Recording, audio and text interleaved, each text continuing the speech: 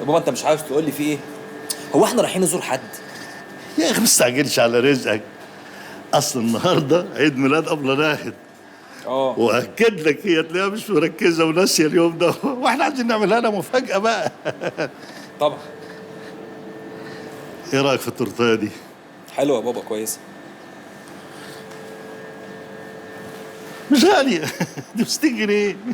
كويسه يا بابا، رخيصه يعني.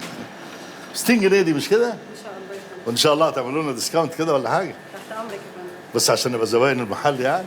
ندور يا فندم ان شاء الله. اشكرك. بس بص على حاجه، انت مش هتجيب حاجه للابله ناهد؟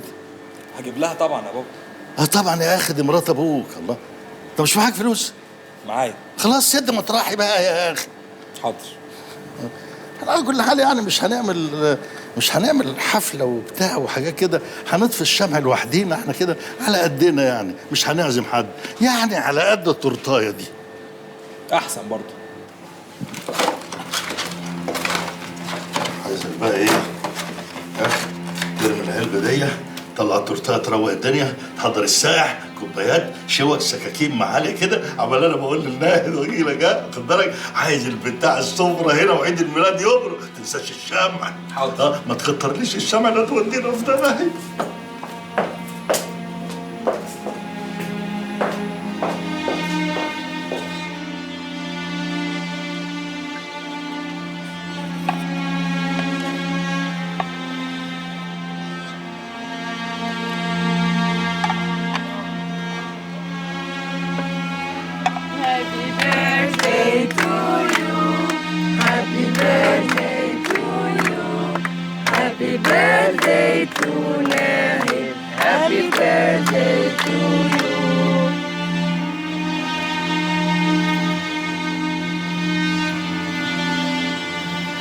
كل سنه وانت طيبه يا عمر. انت طيب. متشكرة يا جماعة قوي، مفاجأة حلوة قوي كمان.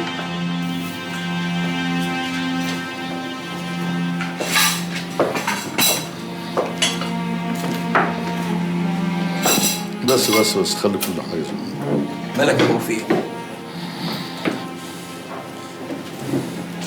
ده ناهد مش جوه.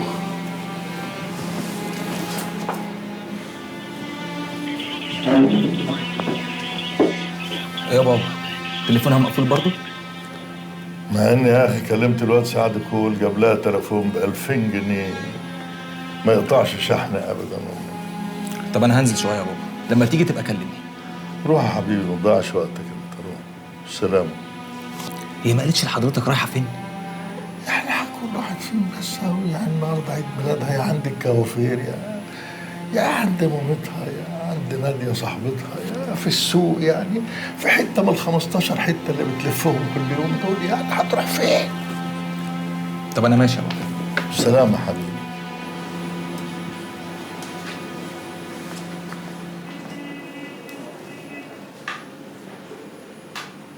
ستين جنيه راحوا في الهوا. تشربي حاجة؟ لا. خلي بالك، انت من ساعة ما قعدت ما فتحتش بقك. هقول ايه بس؟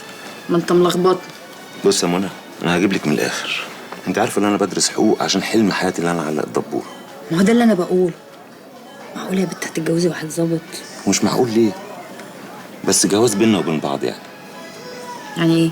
عرفي. عرفي؟ عرفي زي الرسم بالظبط، لغايه ما اعلق الدبوره كده. عايزك تقفي جنبي. يا نهار اسود، بعد ما تفرحني تقوم تكتمني كده؟ عرفي ايه يا صلاح باشا؟ ولا مؤاخذة يعني عشان احنا مش قد المقام؟ هو العرف ده هيبقى رسمي، بس علق الدبوره. انت عارفه ان هم بيعملوا عننا تحليات جامده قوي. التحليات هتفضحني يا بنت انا بحبك، عايزك. وانا موافقة يا صلاح باشا. يبقى ربنا يتمم بخير. تشربي حاجه بقى؟